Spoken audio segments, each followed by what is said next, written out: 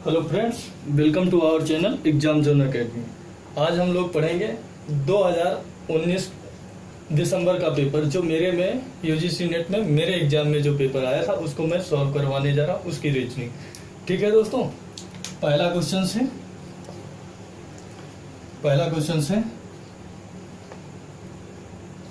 3,18 क्या है दोस्तों? 3,8, 18, 38। यहाँ पे x की जगह पे क्या होगा ये मुझसे पूछा था। x के स्थान पर क्या होगा, स्थान पर क्या होगा, तो कैसे करेंगे? अब देखो मुझे क्या देखना है, इसको कैसे सॉल्व करेंगे। यहाँ पे कितना बढ़ रहा, यहाँ पे 5 बढ़ रहा, यहाँ पे कितना बढ़ रहा 10 बढ़ रहा, यहाँ पे कितना बढ़ रहा 20 बढ़ रहा। तो हमें ये पता चल गया कि ये डबल मल्टीप्लाई होते जा रहा है। ये 5 1 जब 5, यहाँ पे 5 का दूना हो गया 10, यहाँ पे 10 का दूना कितना हो गया 20, तो यहाँ पे 20 का दूना कितना हो जाएगा 40 हो जाएगा। 40 इसमें जोड़ देंगे कितना हो जाएगा 78, कितना हो जाएगा 78 इज द मेरा राइट आंसर। क्या हो जाएगा 78 इज द मेरा राइट आंसर हो जाएगा। ठीक है दोस्तों, मैं आशा करता हूँ ये क्वेश्चन आपको समझ में आया होगा। ठीक है, अब दूसरा क्वेश्चन सॉल्व कराते हैं, नोट कर लीजिए। ये दोस्तों क्वेश्चन से सॉल्यूशंस को क्या लिखा गया है, R5KTSH F5M लिखा गया है। क्या लिखा गया है? R5KTSH 5M लिखा गया है। तो क्रोम को क्या लिखा जाएगा, तो कैसे लिखेंगे? देखो पहले मैं सॉल्यूशंस को देख लेता हूँ। SOLUTION सॉल्यूशन को क्या लिखा गया है? R5KTSH 5M लिखा गया है। R का S कितना -1 हुआ, ऊपर से देखोगे RS -1 हुआ। O का 5, O कितने पे होता 15 पे, 15 पे यहाँ पे क्या लिख दिया गया, इसका 5 लिख गया। L के यहाँ पे कितना हो -TU -ST, T के बाद S IH इसका भी 5 लिख दिया गया, इसका भी -1, ये चल रहा है। तो मेरा क्रोम का क्या हो जाएगा, क्रोम का क्या हो जाएगा, क्रोम का क्या हो जाएगा? O का तो 5 रहेगा, ये माइनस हो जाएगा, यहाँ पे B हो जाएगा। R का माइनस क्या होता है 1 करोगे, -1 करोगे R में तो क्या हो जाएगा Q हो जाएगा -1। इसके बाद M में -1 करोगे तो यहाँ पे क्या हो जाएगा, ये तो 5 हो जाएगा, यहाँ पे क्या हो जाएगा L हो जाएगा, और यहाँ पे करोगे तो D हो जाएगा। यही मेरा आंसर हो जाएगा। क्या हो जाएगा BQ5LD हो जाएगा। क्या हो जाएगा BQ5LD हो जाएगा। यही मेरा आंसर हो जाएगा। मैं आशा करता हूँ दोस्तों समझ में आ गया होगा, ये मेथड है। ठीक है, नोट कर लीजिए, अगला क्वेश्चन कराता हूँ।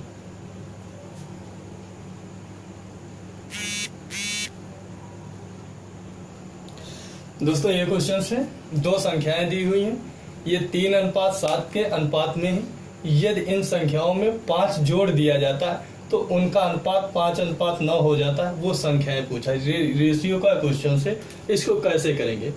मैंने माना वो दोनों संख्याएं क्या हैं 3:7 थी, इसमें क्या हुआ 5 जोड़ दिया गया, तो ये संख्याएं कितनी हो गई 5:9 हो गई। कितनी हो गई 5:9 हो गई। अगर मैं यहाँ पे देखता हूँ कितने का अंतर आ रहा +2 का, यहाँ पे कितने का +2 का, तो सेम आ रहा, तो मुझे कोई दिक्कत नहीं। अगर मैं देखता हूँ 2 की वैल्यू 5 के बराबर है, कितने के बराबर है 2 की वैल्यू 5 के बराबर है, तो मुझसे पूछा क्या है वो संख्याएं कितनी है, वो संख्याएं क्या है। तो मुझे ये पूछा है कि वो संख्याएं क्या है, तो कैसे करेंगे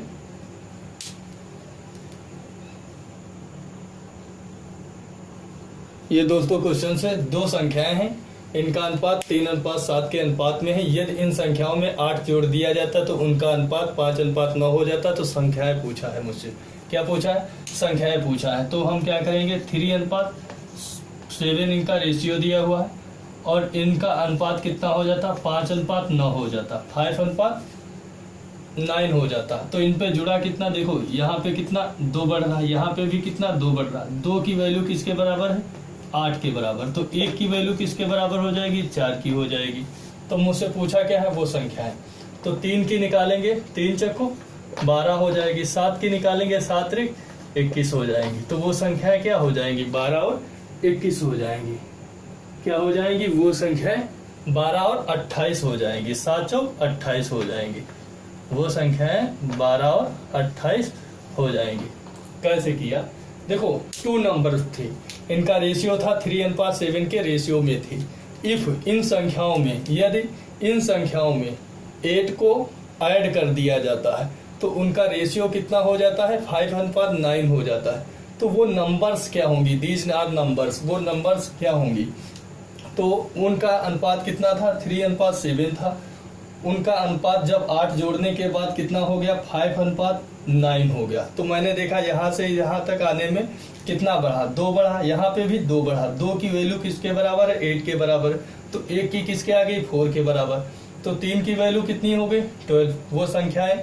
और अब ये 7 की कितनी हो गई, 28 हो गई। कितनी हो गई, 28 हो गई। 12 और 28 वो संख्याएं आ गई। इसका एक दूसरा मेथड बताता हूँ, ये मेथड आपको नहीं समझ। अगर हम इस संख्या को 3x ले लेते, इसको 7x लेते, इसमें 8 जोड़ देते, इसमें 8 जोड़ देते, ये कितना हो गया, 5:9 हो जाता। क्या होता, 5:9 हो जाता। इसकी मल्टीप्लाई करते, 9 से 3, 9 त्रिक 27, 9 3 जा 27x हो जाता। और 9 8 72, 72 बराबर 5 सते 35 x प्लस का 5 8 40। तो मैं इसको घटाता तो कितना आ जाता, ये 27 8 x हो जाता। 8x बराबर 72 में से 40 जाएगा 32। तो x बराबर कितना आ जाएगा, तब भी 4 हो जाएगा। तो 3x इंटू 4 7x की वैल्यू निकालते तो कितना हो जाता, 3x की 12 हो जाता। 3 चौक ये 7 चौक 28।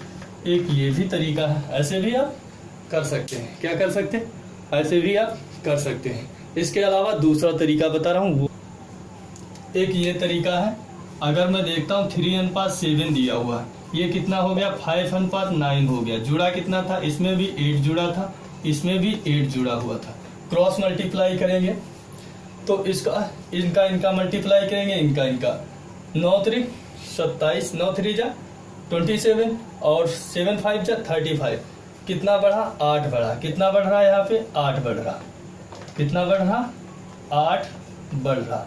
इनका मल्टीप्लाई करो, इनका करें, 5 8 जा 40, कितना 40, और इसका 9 8 जा 72। तो इसमें से इसको माइनस कर लेंगे तो कितना आ जाएगा, 32 आ जाएगा। तो 1 की वैल्यू कितने के, 4 के बराबर। तब भी 3 की वैल्यू 12 के बराबर हो जाएगी। 7 की वैल्यू 28 के बराबर हो जाएगी। क्या हो जाएगी, 28 के बराबर हो जाएगी। मैं आशा करता हूँ ये आपको क्वेश्चन समझ में आ गया होगा। अब बताते हैं नेक्स्ट क्वेश्चन, नोट कर लीजिए।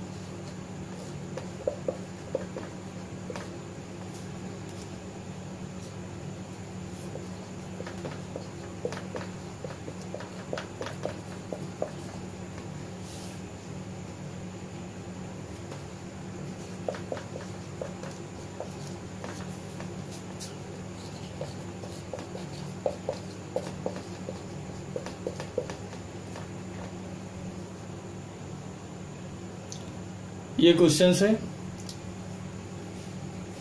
से 2,000 रुपये की धनराशि को 9 महीने में 150 रुपये साधारण ब्याज प्राप्त होता है। कितना? 150 साधारण ब्याज प्राप्त होता है। वार्षिक दर ज्ञात करें। वार्षिक दर क्या होगी? तो मैं जानता हूँ एसआई बराबर होता है पीआरटी बटे 100। क्या होता है? पीआरटी बटे 100। एसआई कितना है? 150। पीआरटी कितना है? 2,000 रुपये। दर कितनी? मुझे नहीं पता। टाइम कितना है? 9 महीने। तो 9 महीने को वर्ष में बदलने के लिए 12 से मल्टीप्लाई कर देंगे, 12 से भाग कर देंगे और इंटू अपन में 100।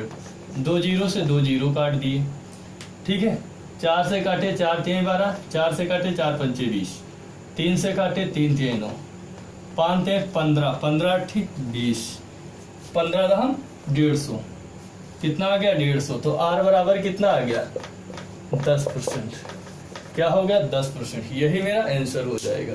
क्या हो जाएगा? यही मेरा आंसर हो जाएगा। ठीक है। क्या हो जाएगा? यही मेरा आंसर हो जाएगा। आशा करता हूँ आपको समझ में आ गया होगा। 150, ये 2,000 था। पीआरटी बटे 100 फार्मूला लगाएंगे, 9/12 लिखेंगे, इंटू काट देंगे। इसको कितना आ जाएगा?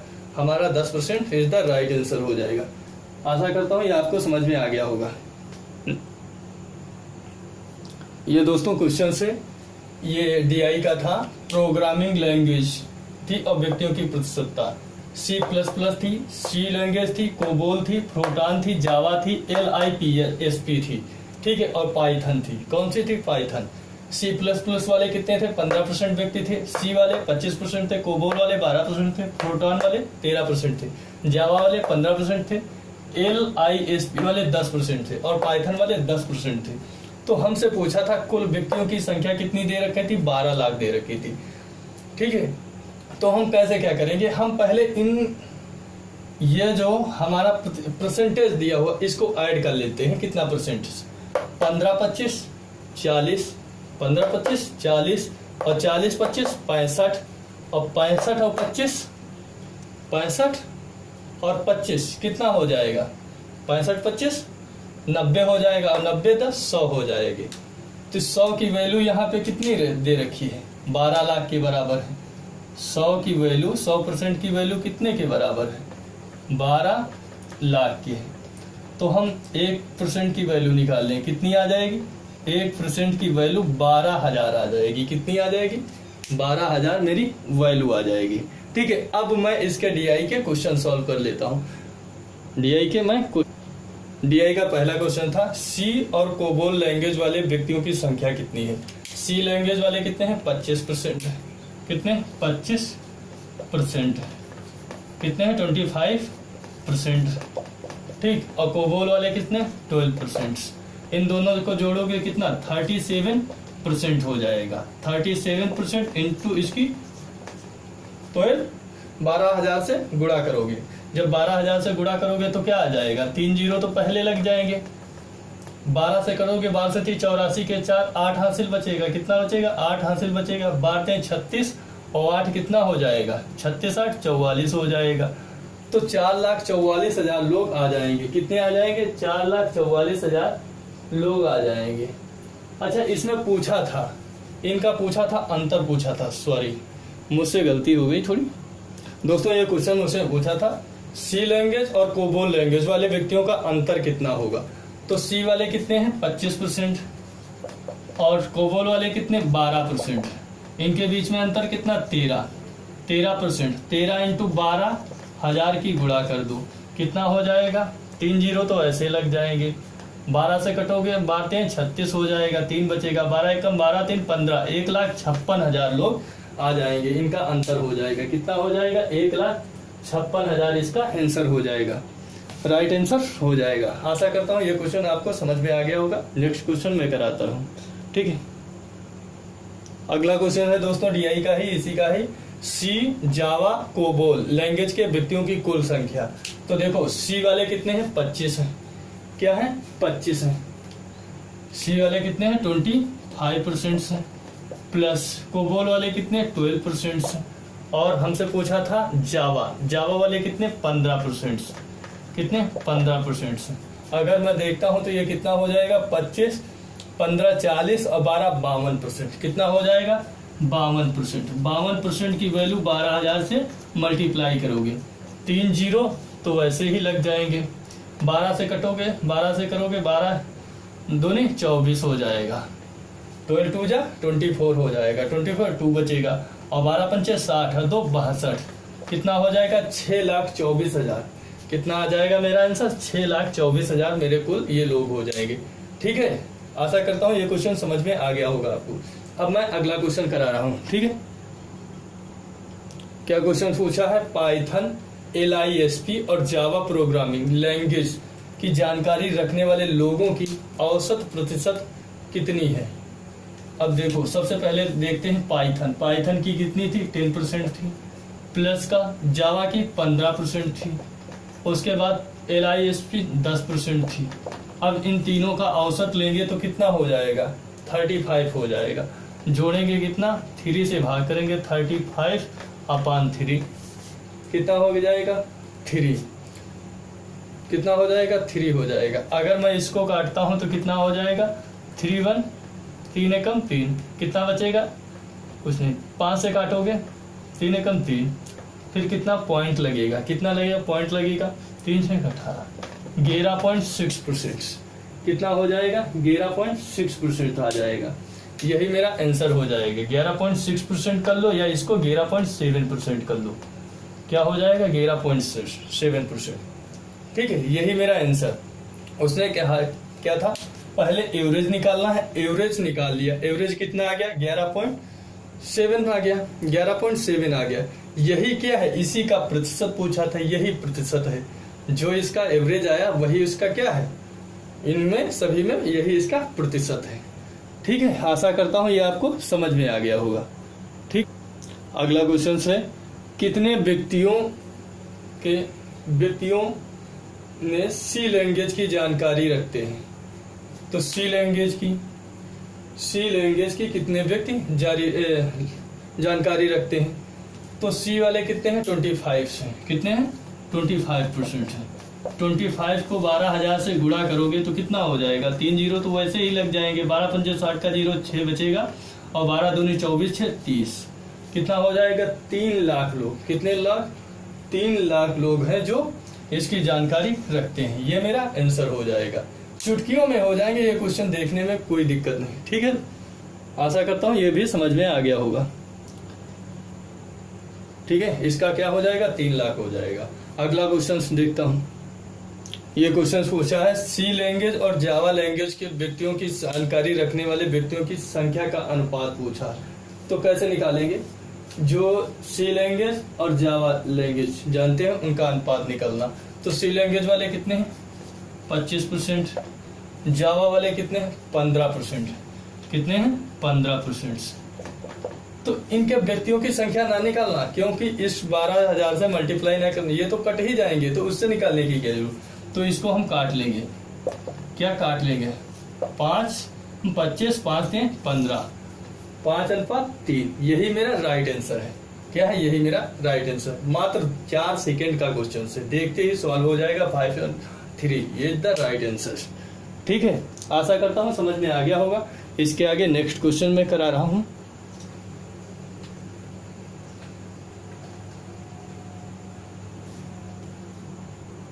रीजनिंग के दोस्तों सारे क्वेश्चन समाप्त हो गए, जो मेरा एग्जाम था दिसंबर का। ठीक है दोस्तों, मैं आशा करता हूँ DI आपको बहुत आसान लगेगी। रीजनिंग के सारे क्वेश्चंस हो जाएंगे, आप परेशान होने की जरूरत नहीं। ठीक है, मिलते रहो रोज, ऐसे ही कंटिन्यू वीडियो मिलते रहेंगे आपको 15-15 20-20 मिनट में। आपको आप अपने तरीके से जब करेंगे, इन मेथड को फॉलो करेंगे, तो 10 मिनट में आप रीजनिंग समाप्त कर देंगे। और कम से कम 5 मिनट लगेंगे, 5 से 10 मिनट और पेपर 30 मिनट में आप पूरा पेपर कर डालेंगे। ठीक है, मिलता हूँ आपको नेक्स्ट वीडियो में।